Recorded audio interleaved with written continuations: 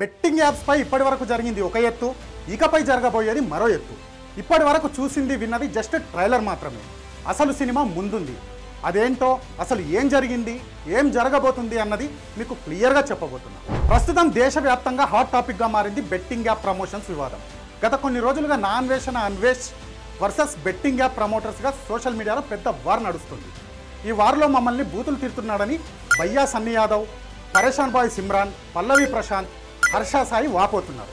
కానీ ఒక్కొక్కరు 30 నుంచి 40 కోట్లు ఎవరు స్థాయికి తగ్గట్టు వాళ్ళు ఈ యాప్స్ ప్రమోషన్ ద్వారా దండుకున్నారనేది నా అన్వేషణ వాదన.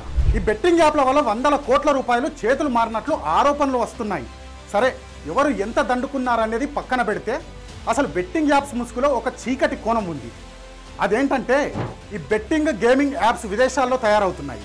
చైనా, ఆఫ్ఘనిస్తాన్, పాకిస్తాన్, కజకిస్తాన్ వంటి దేశాలు ఈ కుట్రలో భాగస్వామ్యులు అన్నది ప్రధాన ఆరోపణ. ఈ బెట్టింగ్ యాప్స్ను ఎవరు రూపొందిస్తున్నారు, ఎందుకు మన దేశంపైకి వదులుతున్నారు అన్నది అసలు ప్రశ్న. దీని వెనుక పెద్ద ప్లానింగే ఉంది. ఈ స్కెచ్ వెనుక యాంటీ సోషల్ ఎలిమెంట్స్ ఉన్నాయన్నది బలంగా వినిపిస్తున్న మాట. అవును, వాళ్ళకు డబ్బులు అవసరం. దానికోసం ఎంతకైనా తెగిస్తారు, ఎంతైనా చేస్తారు, ఏమైనా చేస్తారు. సులభంగా ఎదుటి వాళ్ళను బోల్తా కొట్టించి ఈజీ మనీ సంపాదించడానికి వాళ్ళు ప్రయోగిస్తున్న అస్త్రమే ఈ betting apps. Google play store, Apple స్టోర్లో కనిపించవు. ఎందుకంటే ఇవన్నీ అన్రిజిస్టర్డ్ యాప్స్. ప్రభుత్వాలు, పోలీసులకు సమాచారమే లేని యాప్స్ ఇవి. ఈ యాప్స్ క్రియేట్ చేయగానే సరిపోదు, వీటిని జనాల్లోకి తీసుకెళ్ళాలి. అందుకు ప్రమోషన్స్ కావాలి.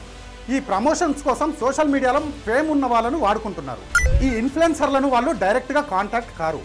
థర్డ్ పార్టీ ప్రమోషన్ ఏజెన్సీలను వాడుతారు. అవి కూడా అన్రిజిస్టర్డ్ ఏజెన్సీలు. ఈ ఏజెన్సీలు సోషల్ మీడియా ఇన్ఫ్లుయెన్సర్లకు భారీ ఆఫర్లు ఇస్తారు.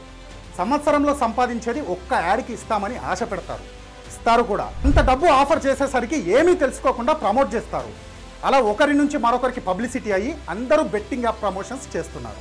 ఇప్పటి వరకు మీకు తెలిసింది ఏంటంటే, యాప్స్ వాడితే డబ్బులు పోతాయి, అప్పుల పాలవుతారు, ప్రాణాలు తీసుకునే దాకా వస్తుంది, కుటుంబాలు రోడ్డు పాలవుతాయి.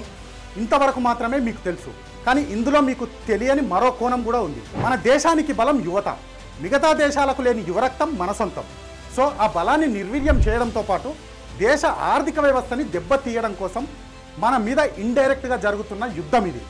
గతంలో మాదిరిగా తుపాకులు, బాంబులు పట్టుకొని ఇప్పుడు యుద్ధం చేయట్లేదు.